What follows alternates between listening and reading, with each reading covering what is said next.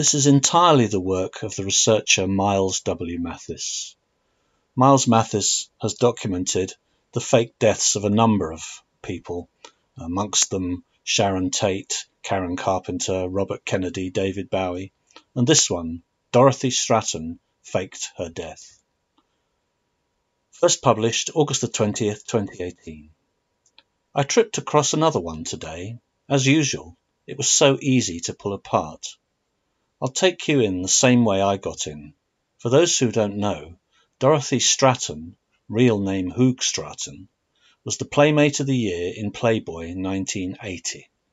This was the heyday, perhaps the pinnacle, of Playboy's popularity, and Stratten is seen by some as the quintessential Playmate, bottle blonde, big-breasted, and thoroughly statuesque. I was 16 in 1980, so I remember her vividly. Allegedly, she died soon thereafter when her first husband shot her with a shotgun and then killed himself. She was 20 and engaged to famous Hollywood director Peter Bogdanovich, The Last Picture Show, Paper Moon, etc., Targets as well. Bogdanovich was about twice her age. The papers were full of this tragedy for months. Many films have been made about it, including, of course, Star 80 with Mariel Hemingway. During my daily travels on the internet, I found myself on Bogdanovich's wiki page, and I noticed that, under spouses, he had a wife listed as Louise Stratten, whom he married in 1988. I immediately thought to myself, here we go again.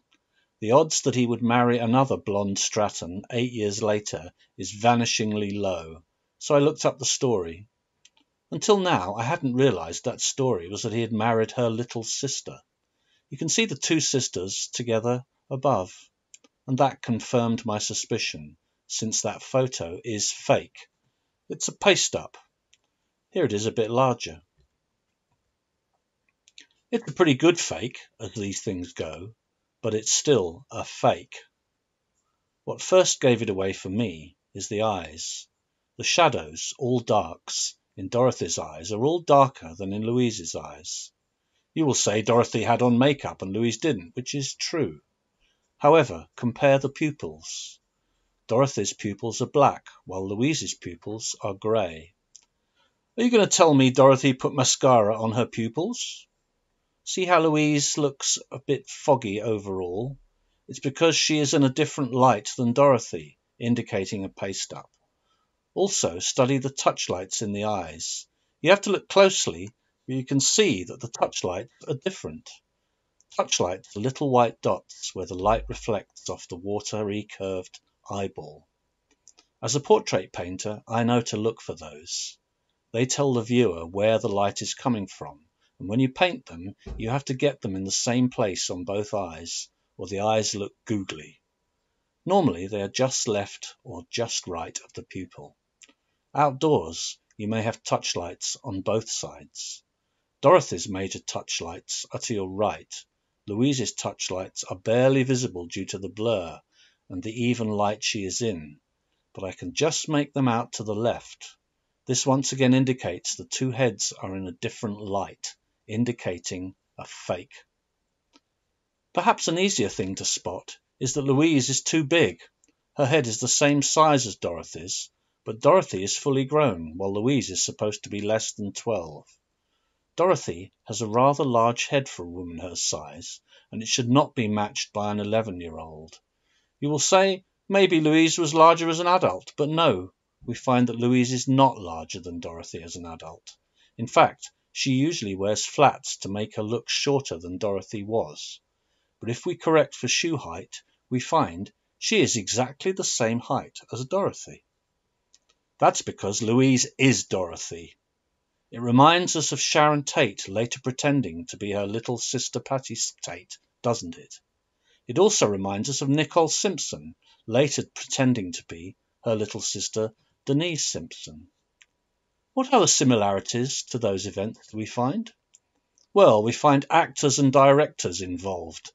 Again, Dorothy was engaged to Bogdanovich at the time of her death. Sharon Tate was married to Roman Polanski. Nicole Simpson was married to an actor who had many directors and producers as friends. Just a coincidence? Nope. These Hollywood directors love to pass off fiction as fact. It's their job, and they're relatively good at it. They fooled me for years, and they probably fooled you. It doesn't take much, since we don't look too closely at these events. We take them as we get them. Or we used to. But why? Why fake her death? That's easy too, because she was about to get married and didn't want to be in the limelight anymore. She and Peter didn't want to have to deal with Playboy fans following Dorothy around all the time, asking for autographs and pinching her ass. She was so famous, she would be guaranteed no privacy for years. So we see the same reason they faked Marilyn Monroe's death. Basically, they wanted privacy, and this was the only way they thought they could get it. Peter wanted to make a wife and mom out of Dorothy, so she needed to shed her reputation as a centerfold, and shed it fast. Plus, Hugh Hefner, the managing director of Playboy and founder, was no doubt glad to go along with the ruse, since it would add to his publicity as well. I think that issue is still one of the highest selling of all time. That's Peter with Louise. This is the first time I'm seeing that, or I would have figured this out long ago. I think anyone can tell that is Dorothy. All she did is have a nose job. Louise has a very thin nose job nose, which is actually way too thin for her face. Not a good job. Otherwise, she is identical to Dorothy with the strong jaw and the big breasts. They didn't even think she needed to change her hair color, which is pretty amazing. That's what they think of your intelligence, or your ability to spot a fake. According to the mainstream story, Dorothy and Louise were only half-sisters, having different fathers, so they should not look exactly alike. But they do. For more proof, see this People magazine article from 1988, running cover for The Con. In it, they admit that soon after the alleged murder, Bogdanovich had already flown both Louise and her mother, Nellie, out to Hollywood to live with him. By 1981, they were both living in this house with him. Peter bought them entire new wardrobes, put Louise in a private school, and hired private instructors for both women. He bought Louise a grand piano, an expensive gold and diamond necklace, and a Trans Am. He took her with him on trips all over the world, including to Paris and Hawaii. And we are supposed to believe that this was a very underage girl, being 12 in 1981 and 15 in 1984. How's this possible? I propose it isn't possible, and it isn't true. The girl wasn't Louise, she was Dorothy, and she wasn't a teen, she was early 20s. All these people saying otherwise are simply lying. The 5 lady writers hired by People magazine to produce this piece try to cover the obvious conclusion by telling us Louise had surgery to look more like Dorothy, including that nose job. They want us to believe that tiny thin nose looked like Dorothy's nose, but it doesn't, not at all. Dorothy had a full natural nose, which is why she probably hated it. Louise didn't have a nose job to look more like Dorothy. Dorothy had a nose job to look less like her old self. Also, notice that these writers begin the article by telling you Dorothy was delicately featured. They follow that by claiming Louise was a pudgy girl with none of her sisters' delicate features. But that is false on both sides.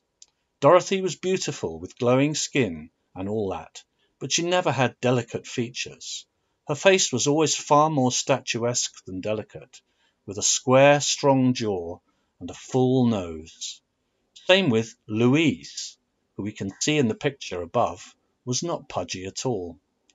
I assume that picture is just Dorothy at a younger age, but in either case, that girl is not pudgy, and is just as delicate as Dorothy, meaning not.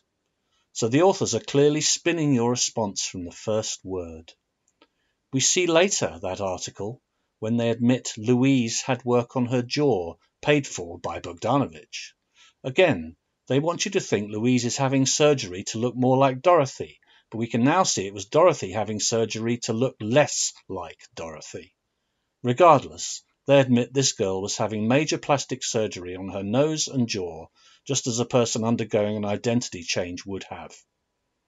They try to explain that away, but don't do a very good job in my opinion. The 1988 People article is clearly running interference for Peter and Dorothy, since they run pics of Dorothy and Louise side by side on the cover. See here. As you see, they have a pic of Dorothy that barely looks like her, in heavy makeup and hiding her chin, and a pic of Louise with darker blonde hair going to red. So someone with no eye will think they look nothing alike, but they actually look exactly alike, because Dorothy was a bottle blonde. Dorothy had darker hair, like that before she hit it with the peroxide, and that is Dorothy's chin on Louise as well, as you can confirm by studying many other pictures of her. That is Dorothy in both pictures. We get more unhidden information if we do a people search on the sisters. Dorothy is listed at Intellius, though her age is hidden. However, we know it is her because she has worked at Playboy and lived in Beverly Hills. The strange thing is the complete address history, the worked at list, and the studied at list. How did she accumulate such lists if she died at age 20? According to her bio, she was supposed to be a poor girl from Vancouver with a high school education. But according to this list, she attended at least 3 universities, including University of Chicago and Columbia. She also worked at Purdue University, as well as the Calgary Sun. She has lived in Boston, Las Vegas, Atlanta, Chicago, San Francisco, Los Angeles, Encino, and so on. Is this what you would call a smoking gun?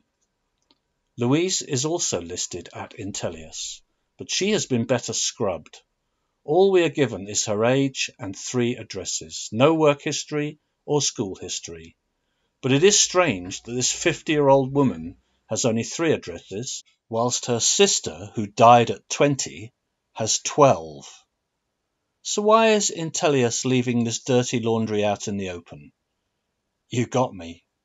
I guess they think we are blind and stupid.